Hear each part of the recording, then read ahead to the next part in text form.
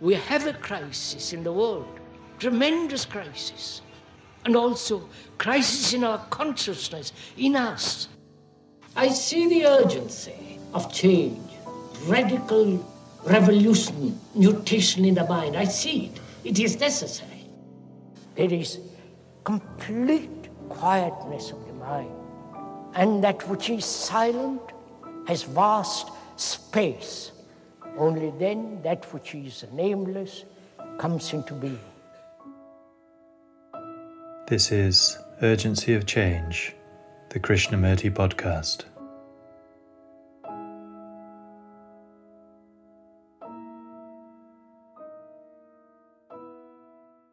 When the mind is learning all the time, it brings about its own sweet discipline. In this, there is no conformity, no pattern, no formula, no suppression or obedience. It is living. Hello and welcome to episode 222 of Urgency of Change. Each episode of the Krishnamurti podcast features carefully selected clips from the archives. Their aim is to represent different aspects of Krishnamurti's radical approach to many of the issues and questions we all face in our lives. This week's theme is patterns and formulas. Upcoming themes are evil, escapes, and reality. This is a podcast from Krishnamurti Foundation Trust. Please visit the official YouTube channel for hundreds of full-length video and audio recordings of Krishnamurti's talks and discussions. In addition, the Foundation's own channel features a large collection of specially selected clips. You can also find our regular quotes and videos on Instagram, TikTok and Facebook at Krishnamurti Foundation Trust. If you enjoy the podcast, please leave a review or rating on your podcast app, which helps our visibility. This week's episode on patterns and formulas has two sections. This first extract is from Krishnamurti's first talk at Rajghat in 1964, titled, "Is Revolution According to a Pattern?" I think most of us realize that there must be a radical revolution which will bring about a different dimensional thought or thinking at a different level altogether.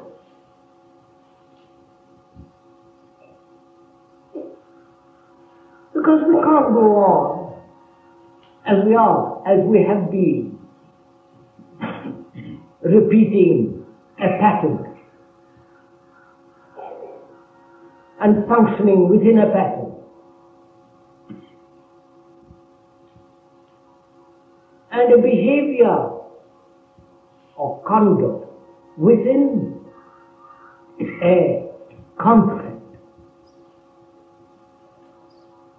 Whether this so-called religious man or the politician, whether of the center or of the extreme left or of the extreme right, when they function within a pattern, it is a continuity of what has been.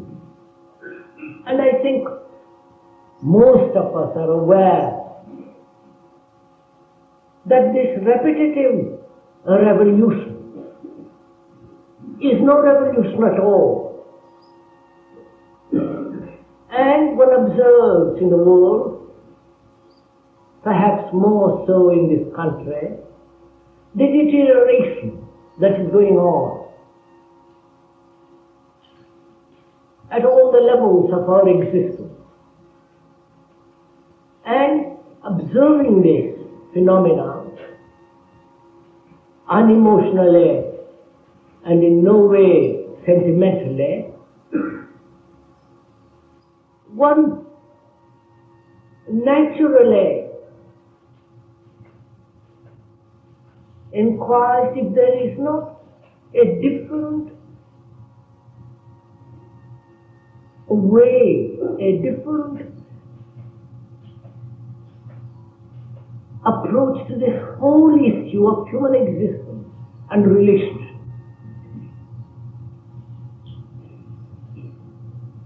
A revolution that will project the whole process of thinking in a different dimension altogether. First of all, I think most of us here and outside the world are quite clear that there must be some kind of deep, radical change in human behavior, in human relationship, and therefore in human thinking.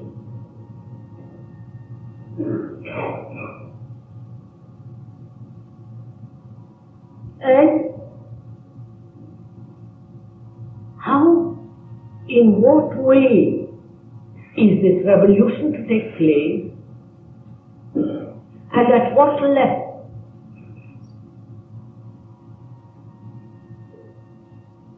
You see what is happening in this country.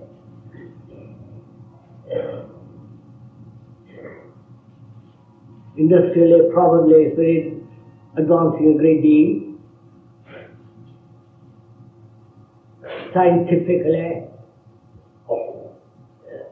little behind, perhaps great deal behind the rest of the West. But morally, intellectually, and religiously, it is stagnant.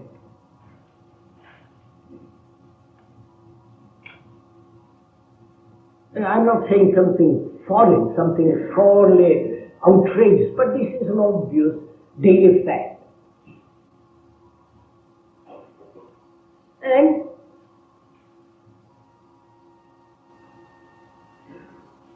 also one observes that the mind, the brain itself is mechanical and therefore repetitive. Teach it certain behavior patterns, teach it certain ways of conduct, attitudes, desires, ambitions, and so on, and it will function in that groove, in that pattern. So, seeing all this, and we are not going into details because it's not significant to go into details because anybody can find the details. If you observe, if you read a few papers, if you look at about you, the squalor, the dirt, the inefficiency, the complete lack of concern about anybody,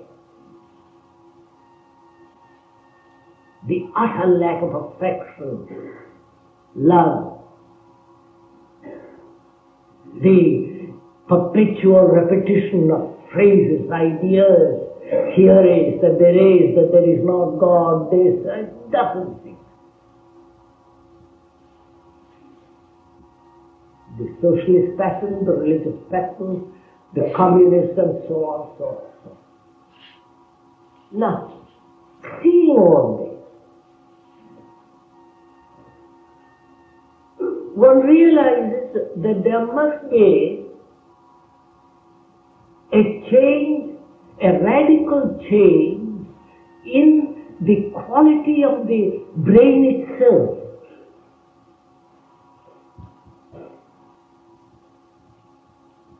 The brain, as the anthropologists say, is about 2 million years old. And we can go on functioning for another 2 million years, repeating the same pattern of sorrow, pain, wife, family, children, husband, quarrels, nationalities, the left, the right, the assertion that there is a God, the assertion that there is no God, we must be virtuous, we must be this, and go on indefinitely, repeating the same pattern, modified, slightly altered, but repeat. So one can see that the nature of the brain itself must undergo tremendous revolution.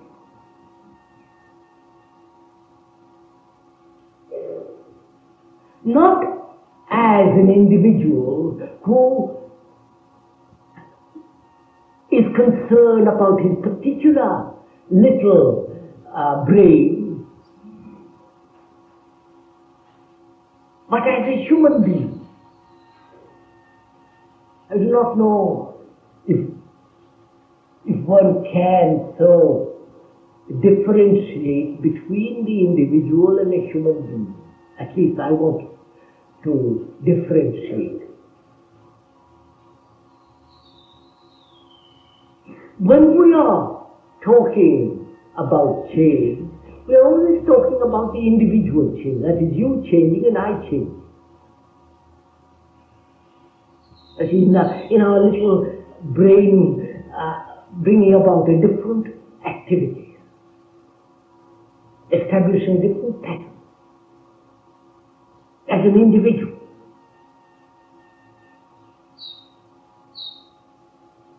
As an individual in a particular position, in a particular relationship.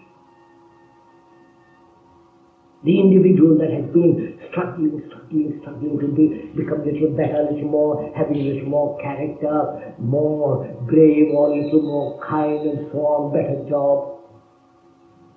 The individual functioning in that limited field of his own consciousness.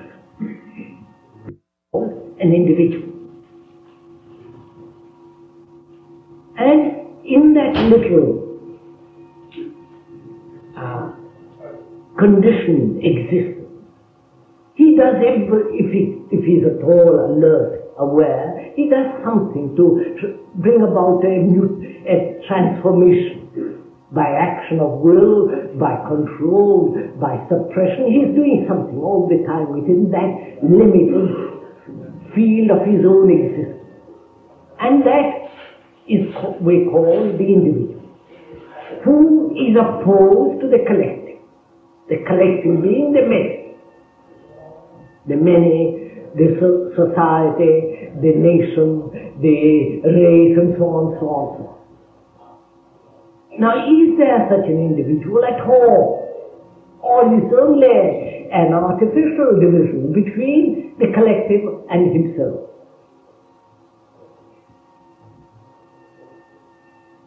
If one observes within oneself, without any passion, without any emotional impact or reaction, one sees what one is. One is the collective. You are. You are the collective.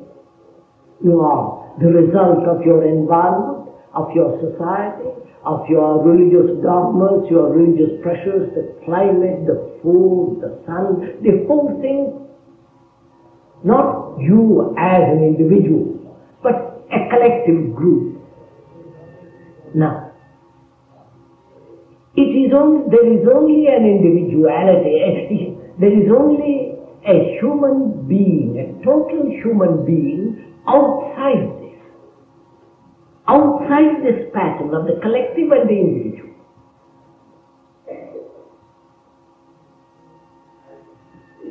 You observe it. It's not a matter if you are agreeing or disagreeing with it.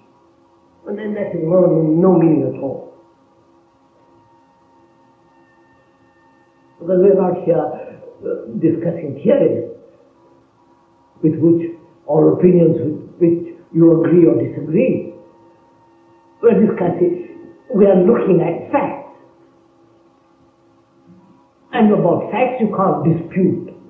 Either you say, I don't see the fact, or you don't want to see the fact, because your own mind is so comfortably settled in a particular groove and keeps on repeating, therefore wishes not to see anything further. Or by examining the fact, you may come upon something quite different, which is neither the individual nor the collective, but beyond, something far beyond either of these two.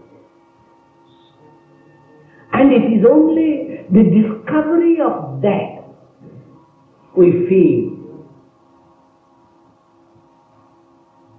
brings about this tremendous mutation in the brain itself.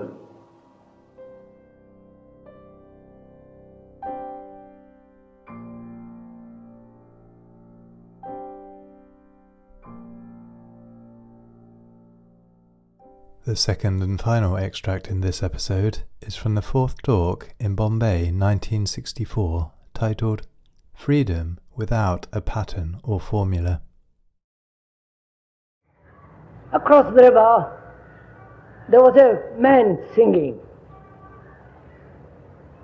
I could hardly hear him, but occasionally a note floated across the waters.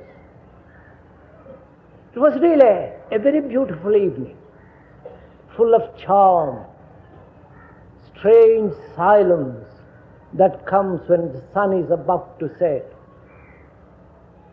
And there was a beauty that could not be expressed in words. You felt it. You felt it through the very bones of your being.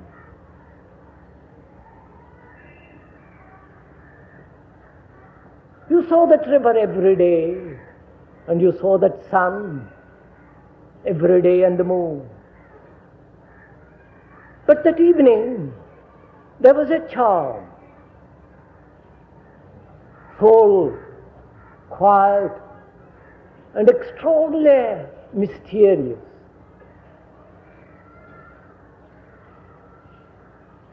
And the beauty that was there, so palpable, so extraordinarily real, as the tree across the river, as the boatman, as the fish that jumped out of the water. You felt it with a deep passion, with an intensity. Nothing existed. There was neither thought nor that peculiar emotion that comes when you see something very beautiful. Your mind, your body, your being was utterly still. And that beauty continued. You felt it throbbing in a deep silence.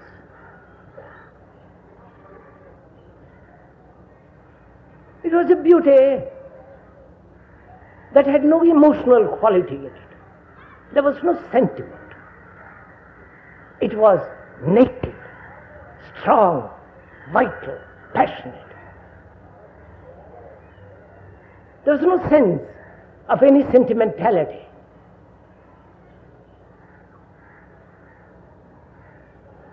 It was like meeting something face to face that is real, naked, complete in itself. We didn't want any imagination, any expression, any translation. It was there, with a fullness, with a richness, with extraordinary sense of magnitude and depth. One felt it. And the feeling, not the emotion, was the feeling that is aroused when you see something extraordinarily beautiful, has nothing to do with sentimentality, with emotion, with any memory. All that's banished. And you're there watching an extraordinary thing, a part of your whole being, alive, vibrant, clear, rich. And there was a man sitting beside us. He was a sannyasi. He didn't notice the water and the moon on the water. He didn't notice the song of that village from that village. And he didn't notice the crows coming back. He was so absorbed in his own problem. And he began to talk quietly with a tremendous sense of sorrow. He was a lustful man, he said, brutal in his demands, never satisfied, always demanding, asking, pushing, driving. His lust had no quietness. And he was striving. And he has striven for many years to conquer it. And at last, he did a most brutal thing to himself.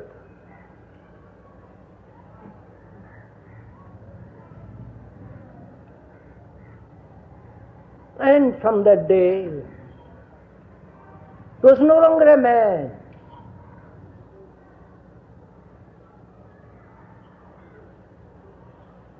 And as you listened, you felt an extraordinary sorrow,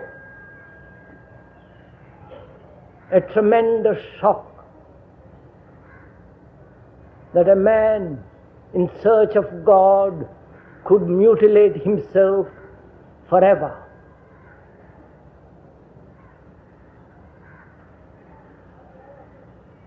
He had lost all feeling, all sense of beauty. All that he was concerned with was to reach God, torture himself, butcher himself, destroy himself in order to find that thing which he called God. He had formed an idea, and according to that formula, he was living. The formula was real.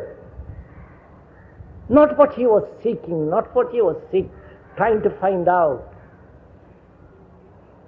But the formula, the form the mind had created, which saints, religion, society has said that he must do in order to find. And there he was, lost, destroyed, without sensitivity to feel that extraordinary beauty of that evening.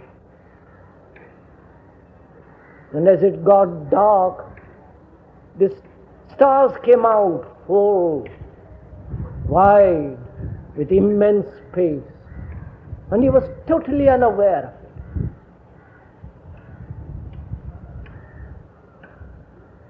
And most of us live that way, though we have not brutalized ourselves. We have brutalized ourselves in different ways, so completely. We have formed ideas. We live with formulas. All our actions, all our feelings, all our activities are shaped, controlled, subjugated, dominated by the formula which the society, the saints, the religions, the experiences that one has had, these formulas shape our life, our activity, our being. We're always approximating ourselves to these formulas, to these ideas, adjusting, conforming.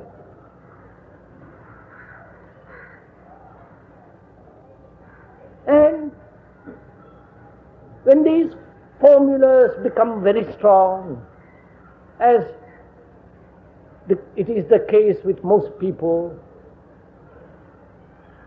the formula, that is what I should do and what I must not do, what is right, what is wrong,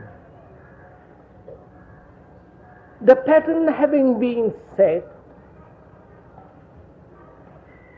we torture ourselves to that formula in order to find God, in order to be happy, in order to achieve a certain state of tranquility. So our minds are always forming ideas, patterns, formulas, and we shape ourselves according to those formulas voluntarily, consciously, or unconsciously, choosing some and rejecting others, rejecting those which are not pleasurable or not according to our tendency, our idiosyncrasies and our characters, or those patterns imposed by others, by society, by religion, by saints, by teachers. And if you observe your own life, you will see that you live and have your being and act according to this formula or a formula. You're never free of a formula. There the sannyasi went to the extreme torture because he believed in a formula, believed in an idea, which is a form of neurosis. And that is an extreme form. But those of us who have not so compulsive demand, we have our formulas according to which we are torturing ourselves night and day, consciously or unconsciously. We are torturing ourselves all the time. As long as the formula, the pattern, the idea exists, there must be conflict between that idea, that formula, and what is. And if one doesn't realize that conflict in any form, under any guise, for any purpose, noble, ultimate, any conflict in any form, under any circumstances, is a torture. It is a thing to be completely, totally avoided.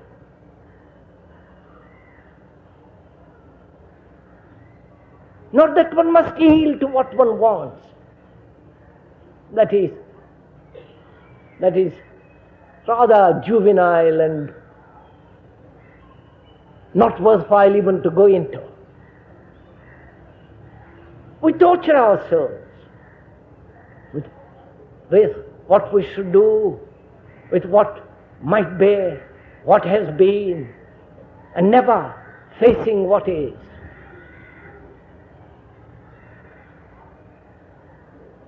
This torture man has considered necessary through centuries upon centuries to find God. In India they do it one way, in Christendom they do it another. And those people who do not believe in God or in something beyond torture themselves with their ambitions, with their brutalities, with their compulsive demands, with their authoritarian rule and all other ways.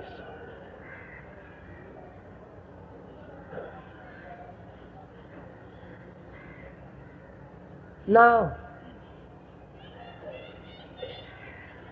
to understand reality, that thing which man has sought for million years, that thing which is translated by different minds,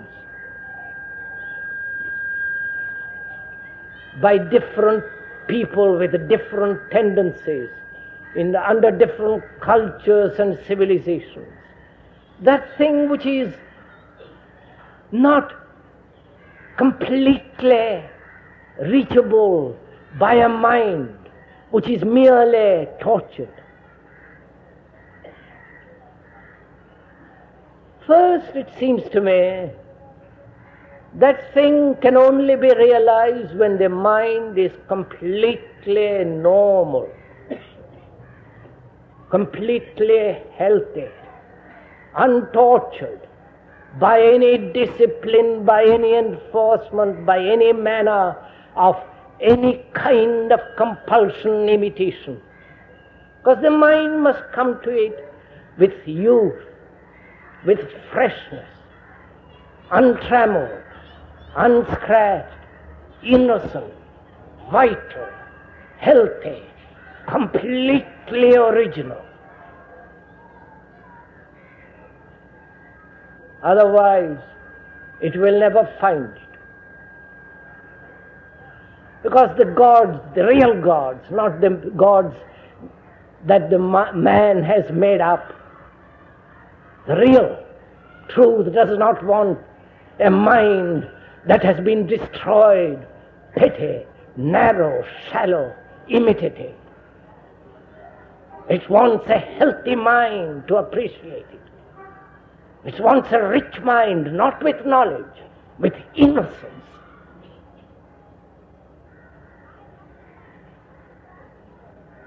A mind upon which there has never been a scratch of experience.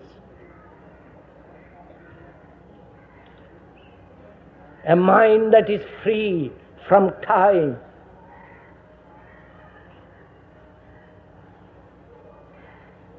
Otherwise, the gods that you have invented out of your own, for your own comfort, those gods accept a tortured, a silly, a mind that is being made dull. But the real thing does not want you. It wants a total, complete human being whose heart is full, rich, clear, capable of intense feeling, seeing the beauty of a tree, the smile of a child, and the agony of a woman who has never had a full meal.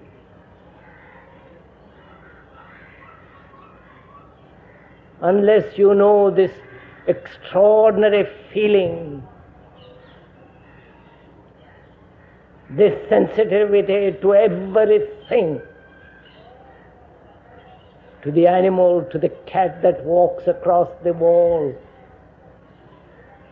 and the squalor, the dirt, the filth of human being in poverty, despair. If you are not sensitive, which is to feel intensely, not in any particular direction,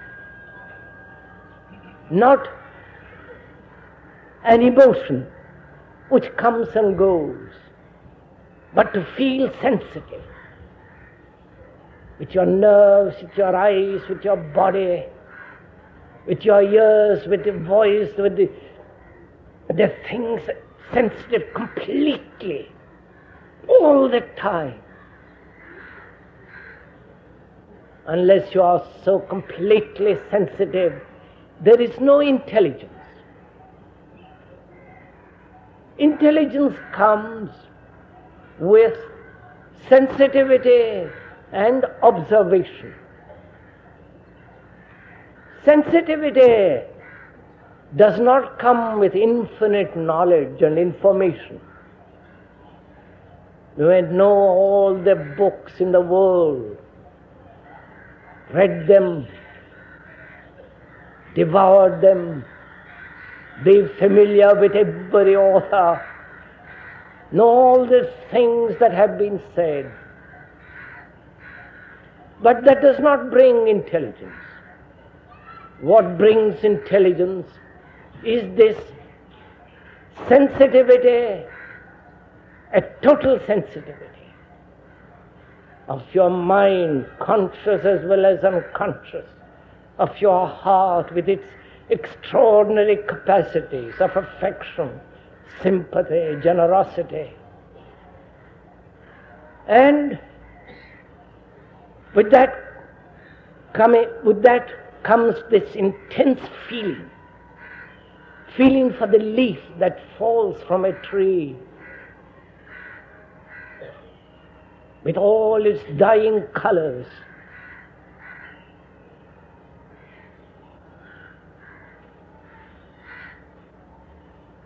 And the squalor of a filthy street.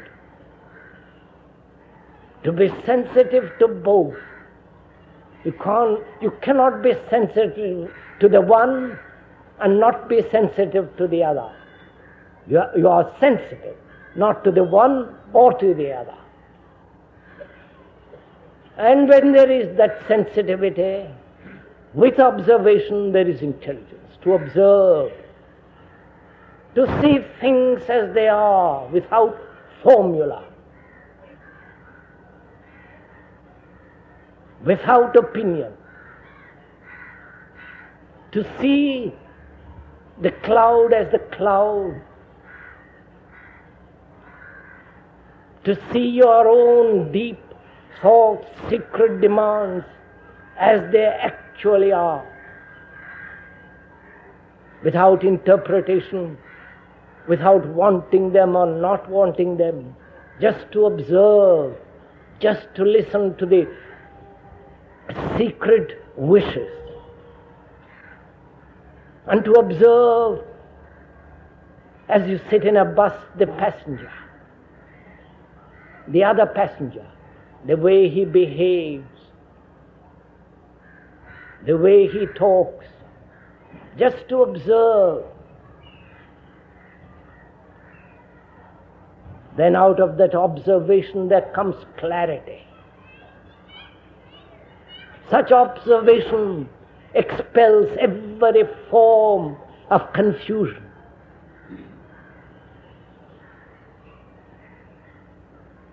So with sensitivity and observation comes this extraordinary quality of intelligence. Now, if I may point out, please listen to what is being said. Don't take notes. Just listen. As you would listen to a distant song, relaxed, easy, without any compulsive urge to find. Because if you so listen, we'll go very far together. Because then you are in a state of neither accepting nor denying. Then you are not using the petty little mind that says, prove it to me. that wants to argue, dissect, analyze, which doesn't mean that you swallow what is being said or become sentimental and accept. To listen demands tremendous energy. It is not a sentimental state, nor an emotional quality. To listen, you need a very clear, precise mind, a mind that is capable of reasoning completely to the very end. That's a very healthy mind. And with that mind, just listen. Not to what is being said, but listen to yourselves. Listen to the whispers of your own mind, the prompting of your own heart. Just listen to yourself. Because we are going to go into something that demands the fine art of listening to find out what is true. Because when you discover for yourself what is true, then that truth acts. You don't have to act at all. Even in your office, in your home, when you're walking by yourself, in a solitude among woods and streams.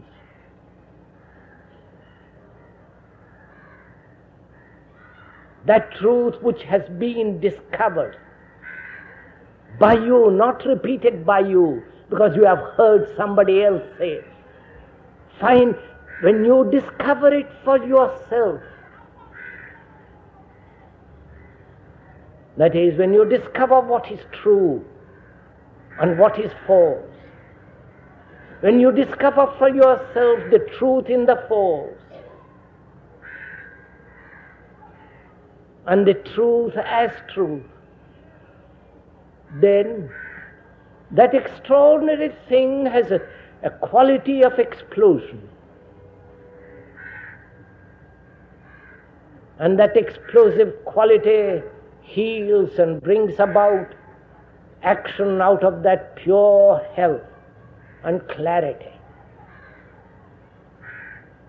So that is what we are going to do this evening. That is, by listening to the words of the speaker, you are going to discover for yourself the truth. And then let the truth operate, where it will, when it will. And when it operates, let it operate without your interference.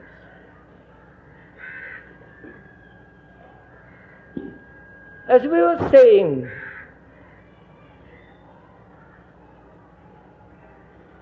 observation with this highest sensitivity brings about intelligence. Because without intelligence, life is drab, shallow, repetitive, and has no depth and quality. And it is this intelligence that is going to bring about discipline.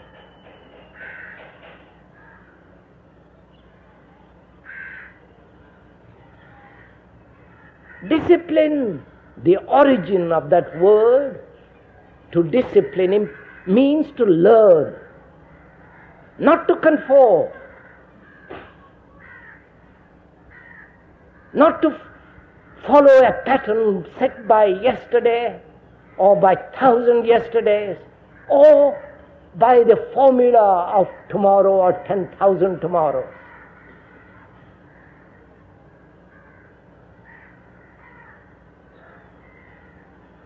Discipline is to learn.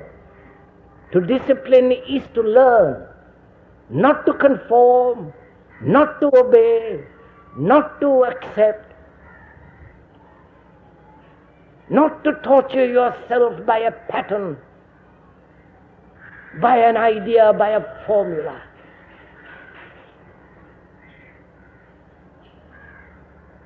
That's what the society, the religion,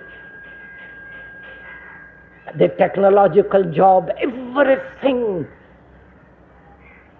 has made us discipline ourselves, which is to conform, to imitate, to suppress, or to sublimate.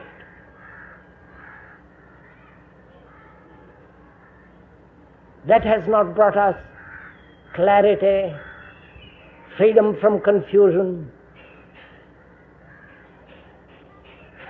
freedom from sorrow. It has not freed the mind so that it can be quiet, feel intensely, without any motive, without any future, without any past, just to feel tremendously.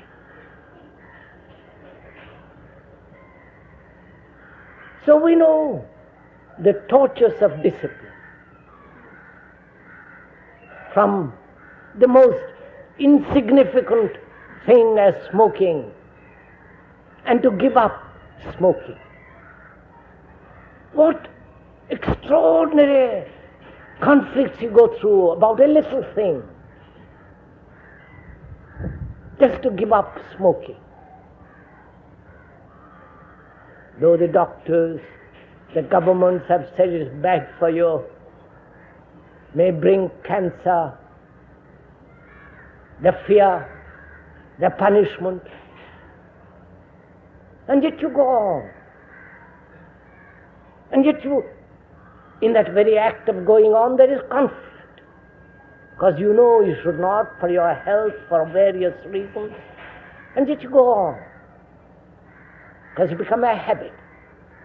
And to break that habit, you form another formula, another habit.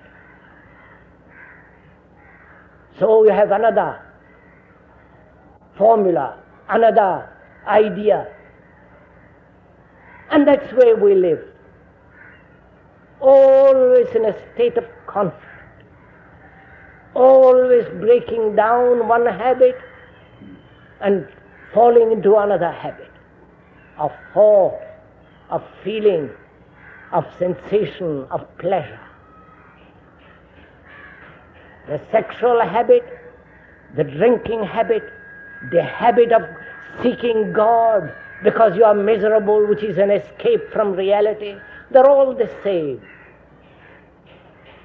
And depending upon our tendencies, our erudition, our knowledge, our education, we either intensify that struggle, that conflict, through so-called discipline, or depending upon our tremendous urge or our laziness, we play with discipline. So our minds are always shaped by society, by church, by circumstances. Please follow all this. I'm talking about your mind. Don't be caught in the words which I am using. The words are no value at all.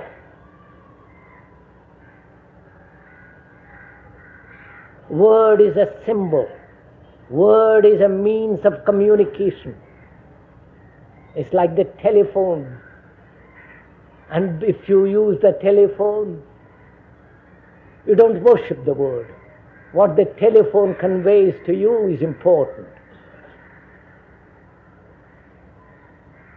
So, we have lived with disciplines,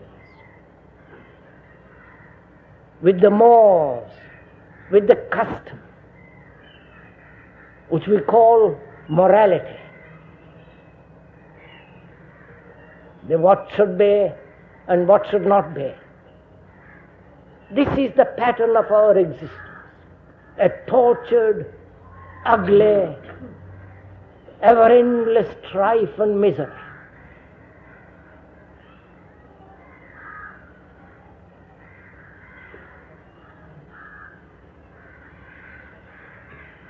Now, can one live without discipline? Because that way of disciplining, that way which one has lived for centuries, is a terrible thing. It's the most ugly form of existence. It only breeds a mechanical mind. You know what happens to a soldier who is trained day after day for months, for years, to obey orders? You know what happens to him? Do you know any soldier friend? Have you ever watched him? Functions mechanically, obeying. All spontaneity, all freedom has gone. As you who go to the office day after day for 40 years, with that terrible boredom, what's happened to your mind too? Watch it. You have trained yourself. You have conformed because you have a family. You have to earn a livelihood. You have to support. We know all the innumerable reasons.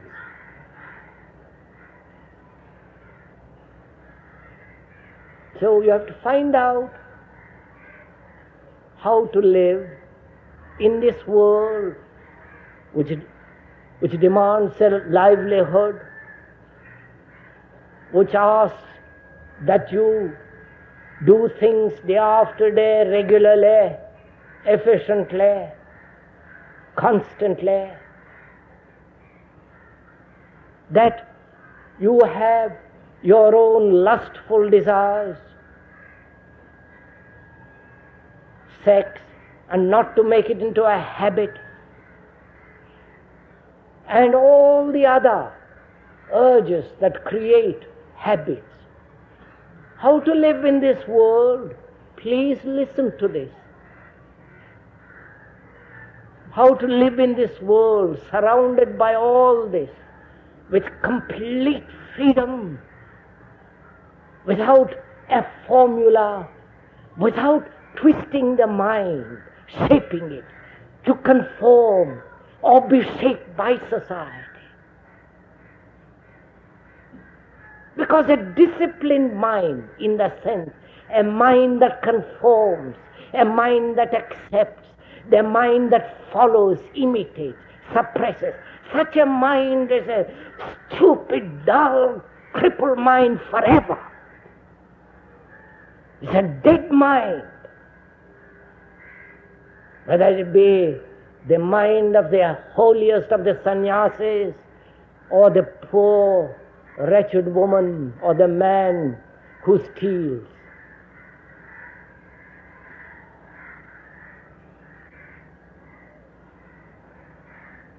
One has to live in this world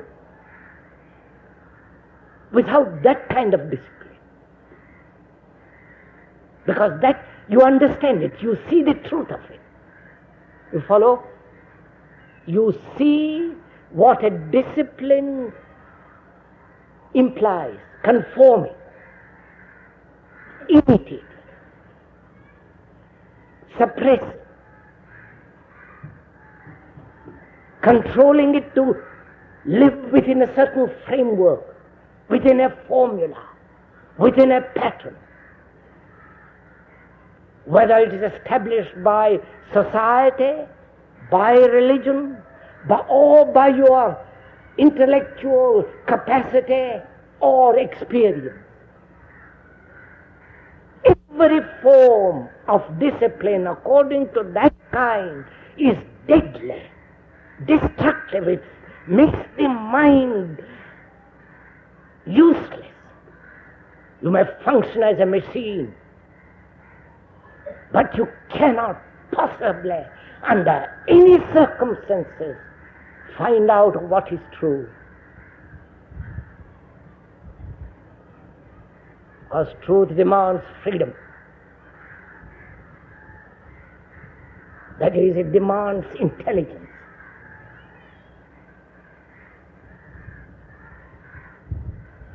That is, this higher sensitivity and with this awareness, which is to observe. Now, can you live in this world? Please follow it. Please ask yourself, can you live in this world which is becoming more and more mechanistic? Every boy and girl is trained, technologically shaped, where to live is to conform, otherwise you are destroyed by society. You are pushed out if you are not a Catholic, if you are not a Muslim, if you are not a Hindu, Buddhist. Can you live in this world without this destructive, traditional weight of a discipline that corrupts, that destroys, that makes the mind ugly? But yet, if you see the truth of that, not because I tell you, not because the speaker points out, because you actually see the beauty of that, then you have to ask yourself if you can live in this world without discipline. Not that kind. Can you live without discipline, doing what you like, free? Or can you? You can't either.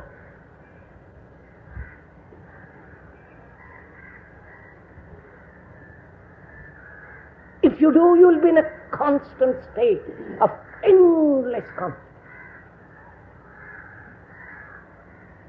So you have to find out for yourself if you can live with intelligence.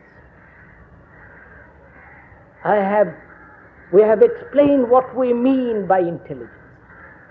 It is not a definition of intelligence.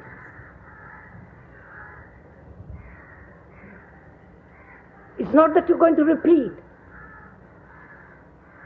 or dialectically say that's one opinion. There are other opinions. Therefore, discussing opinions and to find truth in opinions is dialectical way of approach. We are not talking dialectically. We are saying a fact. Whether you accept it, whether you don't accept it is totally irrelevant.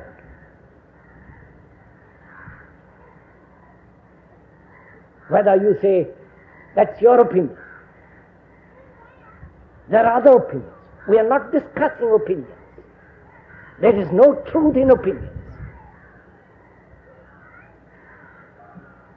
There are 1,000 opinions because there are 1,000 men. Each has his own opinion.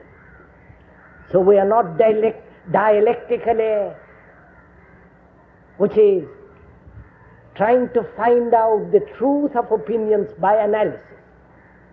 That leads nowhere. What we are pointing out is something entirely different. We are saying that a mind that is extraordinarily alive and sensitive and awake, through observation of facts. A tree is a tree, not what you think about that tree. Observation of what you are actually, what is actually, not what you should be, what you think other people have told you you should be. Actually what you are. Observing the squalor, the riches, the beauty of the sunset, the calm sea, and the extraordinary quality of a still night. And out of that comes this living quality of intelligence. Now, we need certain kind of discipline, which is to learn. We are learning. There is no end to learning. Therefore, there is no end to the form of discipline that comes through intelligence. The other discipline, the traditional discipline, which is conforming, adjusting, forcing, suppressing, does not create intelligence, does not bring about this clarity, the beauty and the vitality of intelligence.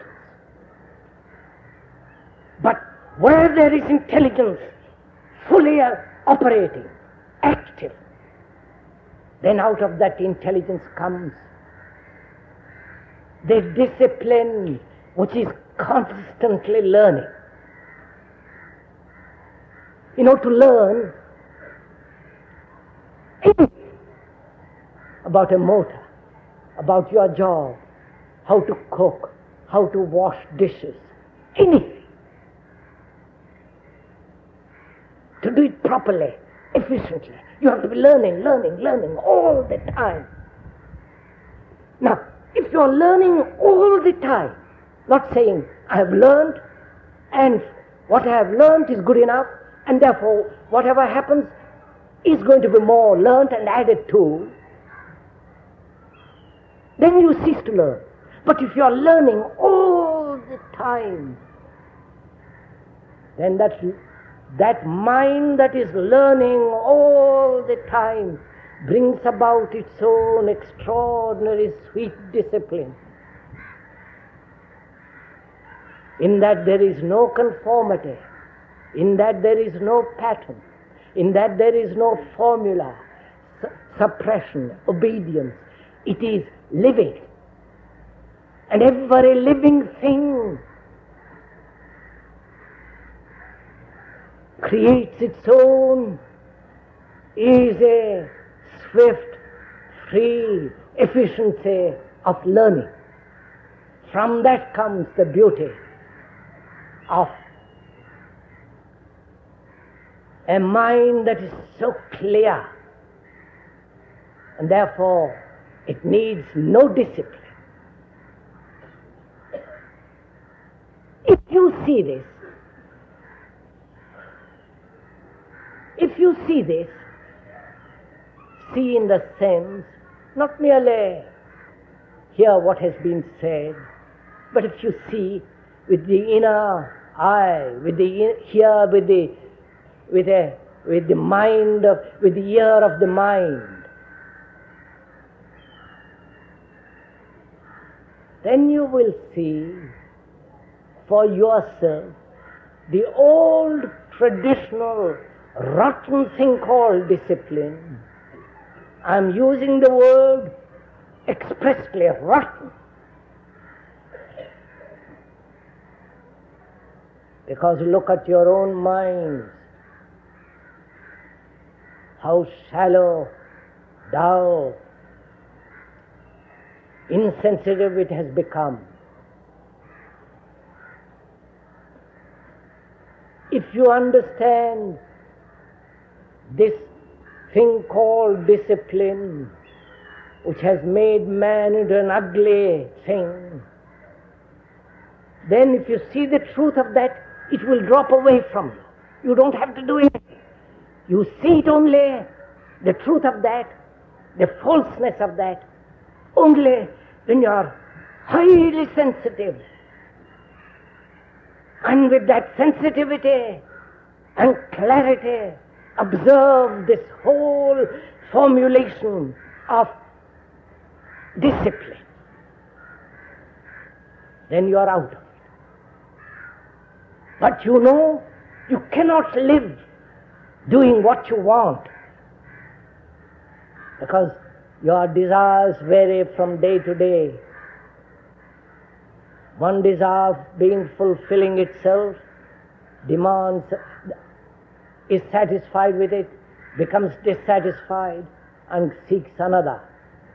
They have a constant change of the objects of desire. Desire remains the same, but the objects change. From the childhood to the man, it changes. The objects, not desire. And we think if we replace all the objects by God, we have understood the whole phenomena. Only we have moved away from the petty to the large, but it's still petty because it is still the object of desire. So if you understand this whole process, that is then you will see that you can live in this world with all its challenges, with all its brutalities, with the extraordinary insults that society offers to an intelligent man.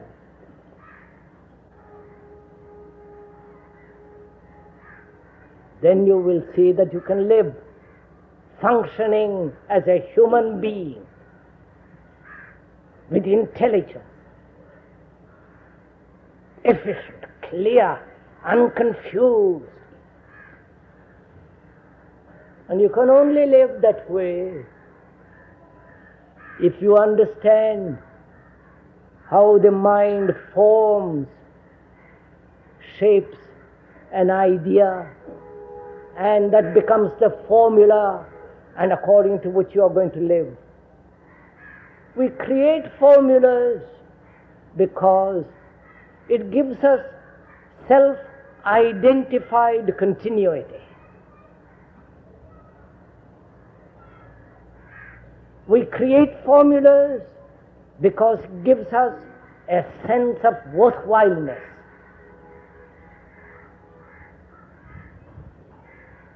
We breed formulas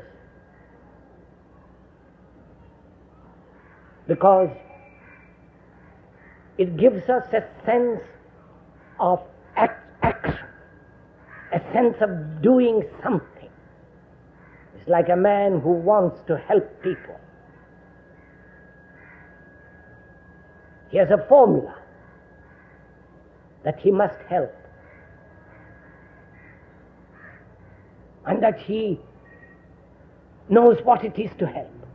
It gives self-importance.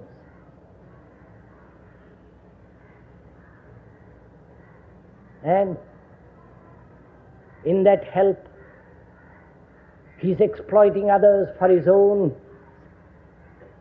comfort, for his own well-being, for his own satisfaction. The flower by the wayside, rich in color and beauty, does not talk about helping others. It is there, full of perfume, loveliness, and an extraordinary tenderness.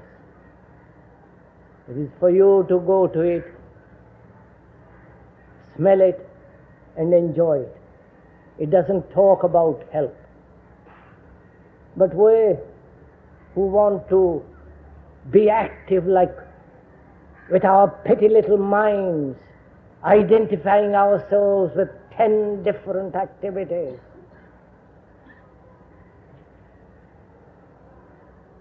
we want formulas, and we live by formulas, and we die by formulas. We have formulas about love, we have formulas about death, and we have formulas about God. So words have become very important, not life, not living. Ideals, all the phony inventions of man in order to cover himself and to escape from himself. So a mind that is capable of living in this world has to understand this formation, this framing of ideas, and living according to them. And when once you see the truth of it, then you can ask a fundamental question. Is it possible to live without any formula at all? A formula of the past or a formula of the future? That demands to find and to be in that state, demands astonishing clarity, in which there is no conflict, no torture of any kind at any moment, because a mind that is a light to itself, a mind that is completely awake, it is not tortured. It has no formula. It has no time.